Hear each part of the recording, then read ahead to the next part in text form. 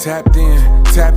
Keep the credit, I'ma get it on the back end. Kick rocks, cutting corners, trying to cash in. We still outside, high as gas is. Watch them force you to EV. Tried to cut me out, but you need me. My value never shows up in the box score. A plus minus they never could have accounted for. No referee can save you. Read your scouting report.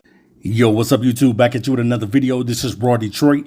Make sure you hit that subscription button, subscribe to the channel, click on the bell, and hit the word all so that you'll receive every notification that comes from this channel. Without further ado, we're going to get back into talking about some prospects. And today I brought a wide receiver with me that the Detroit Lions could very well be interested in this guy.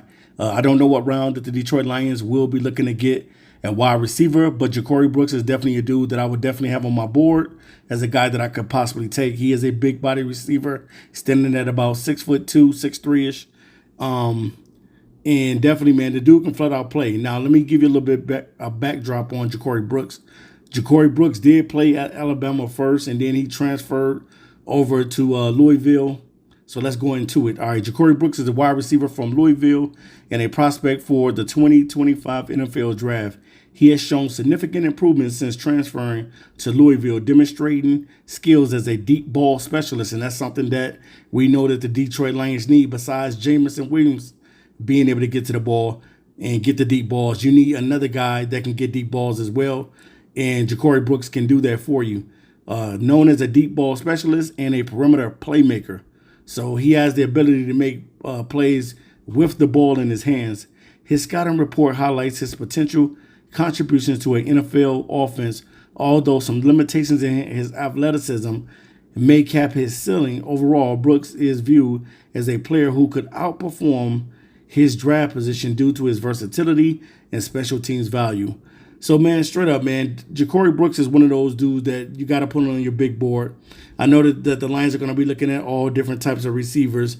And I think mainly what the Detroit Lions will be going after is probably a bigger body receiver. They got enough small receivers.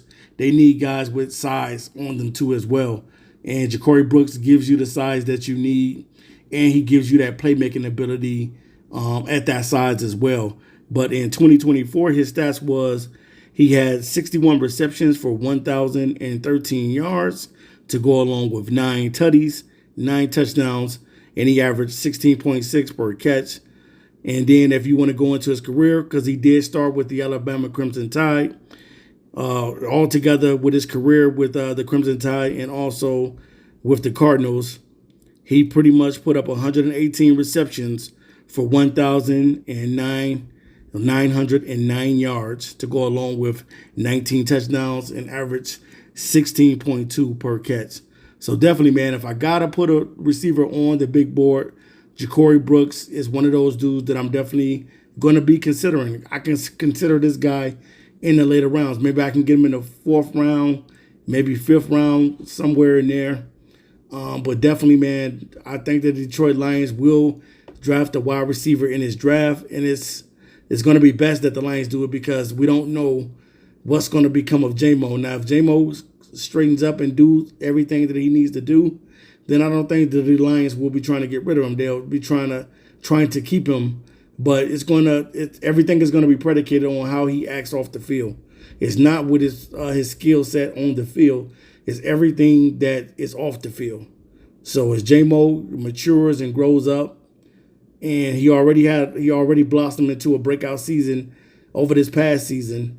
But if he really, really stands out and produces this year, the Lions are going to have to pay him or they're going to have to make a decision on him. So it's smart for Brad Holmes to go out in this draft and get another wide receiver to be able to come in. All right, you guys, we're going to get into Ja'Cory Brooks' draft profile bio so you guys can kind of get a backdrop on him and understand him as a player. So let's go ahead and get into it.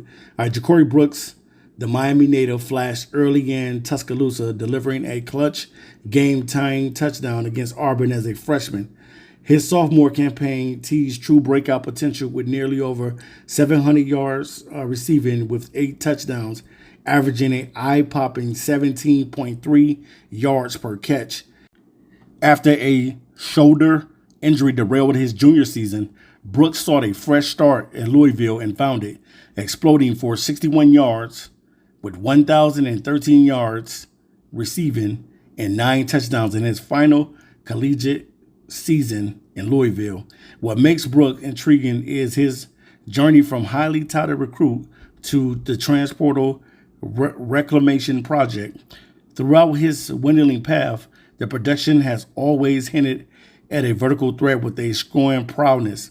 He averages over 16 yards per reception across his career with touchdown scoring instincts that can't be taught.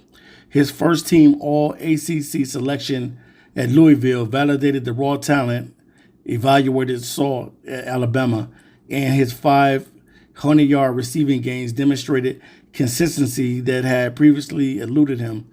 His 86-yard bomb against SMU resurrected memories of the downfield playmaking that once made him a highly sought-after recruit and a sensation.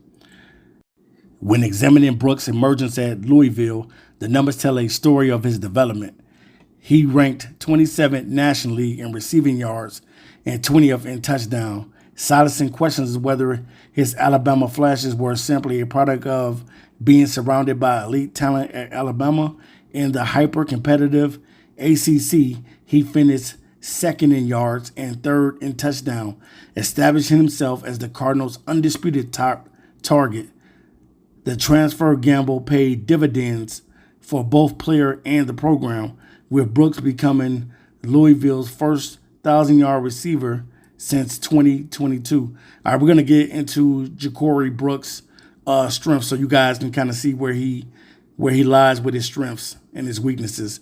Despite lacking deep speed, he is vertically dangerous with his legitimate ball tracking ability, follows the ball like a center fielder, and adjusts his body to make challenging catches with natural fluidity, creates separation at the catch point using subtle and hand-fighting techniques that fly just below the referee's radar, plays with veteran savviness in contested situations.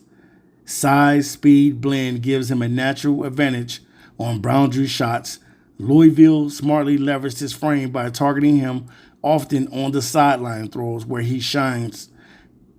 Displays reliable yards after the catch instincts and slippery movement through initial contact.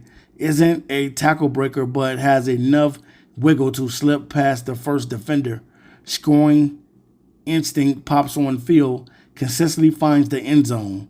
Man, will we need that. We need a guy like this in Detroit that can get into the end zone a lot. And mainly our receivers have been doing a pretty good job. J-Mo and Amon-Ra St. Brown, they do a good job of getting into the end zone, as well as Sam Laporta as well. Is able to get into the end zone a lot. So we got guys that can score. But, man, he would give us something else. He would give us a bigger target, and he would give us those contested catches and those deep ball catches, man, that we want from another receiver besides just J-Mo. All right.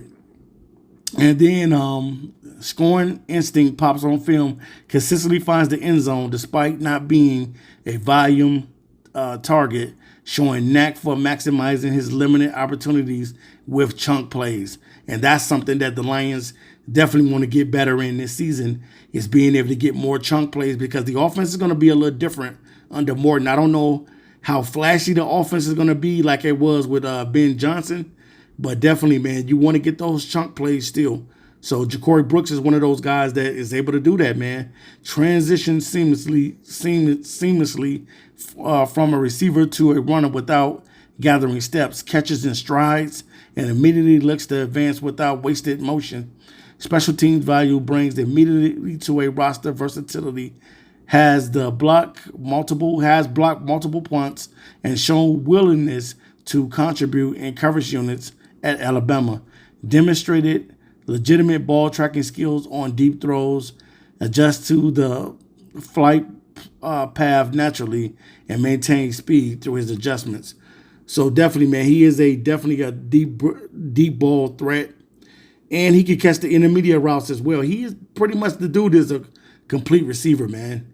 He's a complete receiver, but he definitely has things that he needs to work on. What player that comes into the NFL doesn't have anything that he needs to work on? So let's get into Ja'Corey Brooks' weaknesses. Release package lacks discipline and consistency, shows occasional quick twitch ability, but relies more on athletic advantages than technical skill to win early in routes. Route breaks to telegraph intentions too early, raises up before cutting, and lacks the sharp plant and drive footwork that would create greater separation. Hands show concerning inconsistency, so you would definitely want to get better with your hands. I know when J-Mo came in, he had a issue with his hands. It might have been in his second season. He had some issues with drops, but he pretty much started clearing them up, man, and started catching the football. So everybody got work that they need to do, man. Whether you got to work on your hands and being able to hold that ball in and not getting so many drops, to making sure that you concentrate better on being able to get that football in your hands and doing something with it too as well. And definitely you want a guy that can get the yards after the catch, a yak guy. Concentration seems to waver when anticipating contact, struggles and maintains route integrity against physical corners, gets knocked off his landmarks too easily, leading to timing disruptions with quarterbacks. Long strider who builds speed gradually, tested as a 4.6 and a 40, is misleading as he needs to runway to reach top gear, which limits his separation potential. Chose not to run at the combine, raises a red flag over speed concerns. So definitely, there's some concern about his speed, but he probably is about a 4.5 guy. He's probably a 4.5 guy. He didn't run. I don't know if he ran yet in his pro day, but he may run in his pro day. But they kind of have some concerns about, whether or not he's a 4.6 or what is his speed really looking like. So definitely, man, that's something that he wants to get better in as well, being able to be impactful with his speed. When evaluating Brooks, the film shows both promise and limitations that explains his mid to late round consideration. With his 4.6 deep speed raises legitimate concern for his vertical game, yet his intermediate to deep receiving grades tell a different story. Brooks compensates through excellent body position and ball tracking skills, finding ways to win despite athletic limitations. When watching his Louisville film, you see flashes of downfield playmaking mixed with technical inconsistencies that will limit his immediate impact. What Brooks lacks in pure separation speed, he balances with his functional versatility. His special teams background at Alabama, particularly as a punt blocker, provides immediate roster value while his receiving skills develop. The shoulder injury history merits through medical evaluation, but his bounce back production at Louisville suggests his durability. So he does have some durability, and that's what you want to hear. Guys bouncing back from their injuries. A lot of guys get banged up in college. It's part of the game of football. Guys get banged up, man. But I love everything about Ja'Cory Brooks, and hopefully this is a guy that the Lions would consider.